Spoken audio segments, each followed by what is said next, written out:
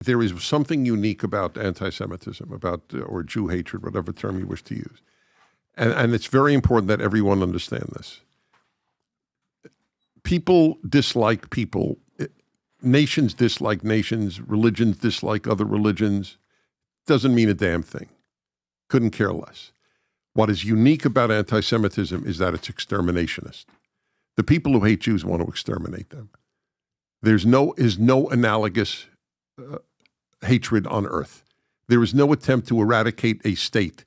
Israel is the size of New Jersey, and they want to eradicate it. There are 22 Arab states, 52 Muslim majority states. There's one Jewish state the size of New Jersey, and it's targeted for extinction. They acknowledge it's targeted for extinction. The heroes of the Muslim Middle East are the people who slaughter Israelis, whether it's at the Olympics in 1972 in Munich, or it's on buses, or at bar mitzvahs, or whatever. It's unique. Jew hatred is unique. It's exterminationist. So, by the way, the conversation we were having is, who do you feel more comfortable protecting where Jesus walked, Jews or Muslims? Jews. Who do you feel more comfortable? I mean, that's a no-brainer. What do you think happens if there is no Israel? And then what happens to where Jesus walked? What happens to all the history that's there? What happened to Assyrian? You and I are Assyrian. Where's our stuff at? It was in Iraq. What did they do to all those locations? They destroyed it. Can I ask you a different question? You just kind of said something, prompted something. I'm curious. You're the right guy that can answer this. And I've asked this from so many different people, I've not gotten an answer. This is a complete different area. You guys, genocide, to make certain comments is overly sensitive. I'm Armenian and I'm Assyrian. Armenian Genocide, April 24th, 1915, 1.5 million Armenians, 300,000 Assyrians, 200,000 Greeks. We're all part of that community, roughly 2.2 million total if you count it, How come Israel hasn't recognized the Armenian Genocide? That's kind of weird. Well, Israel is torn on it. I don't have a full answer. I don't speak on behalf of Israel in this regard. I could tell you why at a certain point they didn't, because the only country the only Muslim country in the Middle East that wasn't targeting Israel for extinction was Turkey. And they have in Israel what we want in America. We want America first. They have Israel first. And when you're targeted for extinction, Not lately. Okay, so you're right. You're not. I said not lately. Not at all lately. Right. And I don't think that there is I don't think that there is a denial of the Armenian. There wasn't never a denial. Never recognized.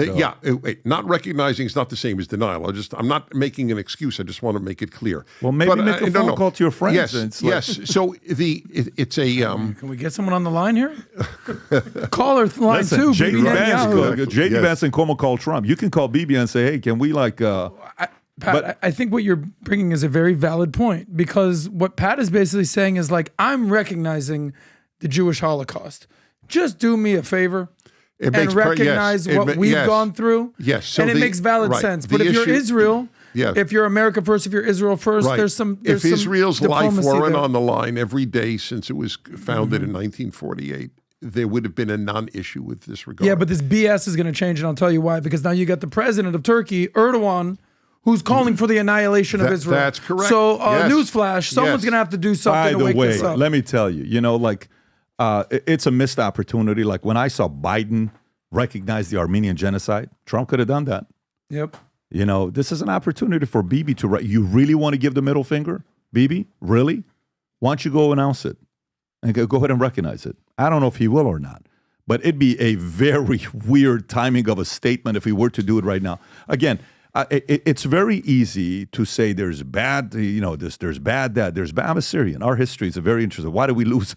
We used to be the most powerful empire in the world. We screwed up. You got the Assyrian flag right over. Yeah, but the point is, it's easy to go there, and we forget that we all have an element of it. The one thing that is unattractive, what I'll tell you that's unattractive? Thomas Sowell was asked, he says, somebody asked me a question, hey, what can we do? Because we're always targeted. And people always say, lose a little bit, right? The one thing that I'll tell you in school, who I didn't get along with and I was not a fan of, people that felt they were better than you. That's always been an unattractive quality. And that part about, what's the word? I don't know if it's pompous. What's the other word that you think? Elitism? Is it pompous or hubris? Is it? I don't know what the word Pat, is. it's one of these things. Let me tell you. Yeah. But you know what it is? Those were the people that we wanted to make fun of because they walked around like, this foo type of relax, bro. Relax. This is America. You think your ish don't stack. I've never met an ethnicity, white, black, Asian, never, that I went to the bathroom and they went first and they took a dump and afterwards the place didn't smell. I've never met them yet. Still. I just haven't right now. Till today, I'm 46. Maybe it's going to happen at 47. Give it some time. Maybe it'll happen at 50.